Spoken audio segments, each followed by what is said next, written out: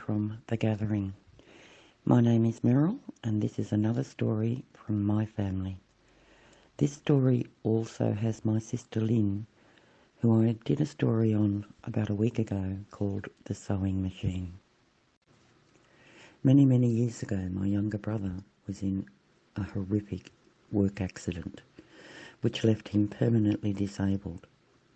He did receive a very large financial settlement from this and ended up buying a beautiful home in a country town close to where our parents and my sister Lynn lived.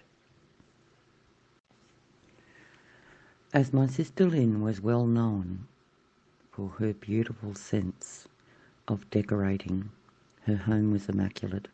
She worked hard and saved hard for every piece of furniture and decor, everything to make her home stunningly beautiful. And she did the same with her garden. She loved her beautiful garden. My brother obviously decided that Lynn was the best one to decorate his new home, and she did an amazing job on it. Every room in the house was stunning.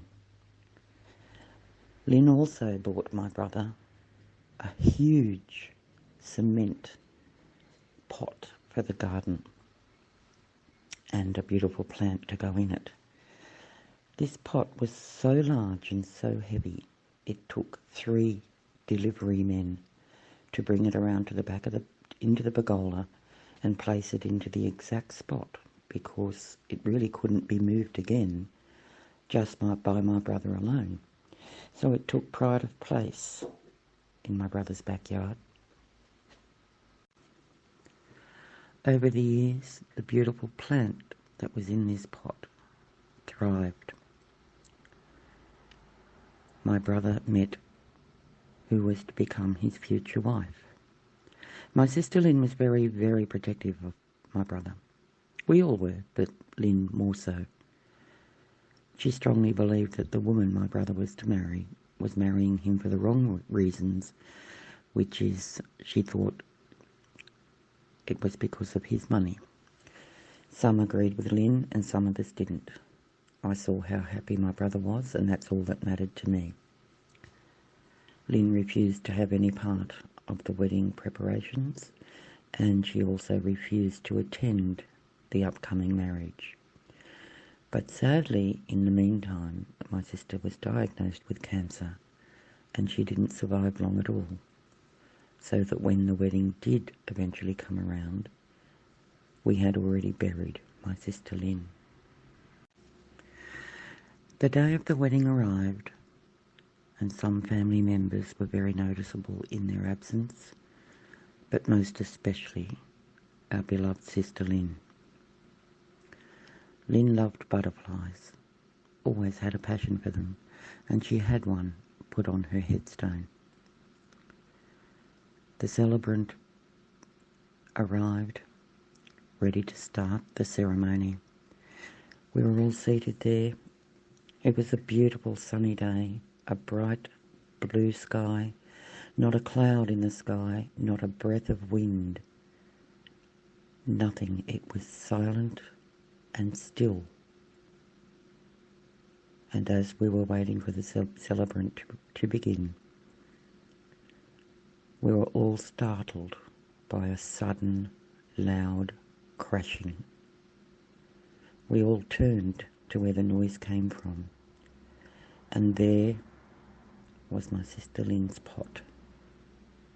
So big, it took 3 men to place there. No chance it could have just fallen.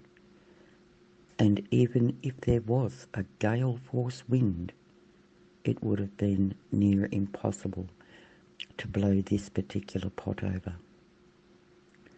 Not only were we all stunned and shocked and white-faced, but the beautiful plant that had survived for years just seemed to wither in front of our eyes.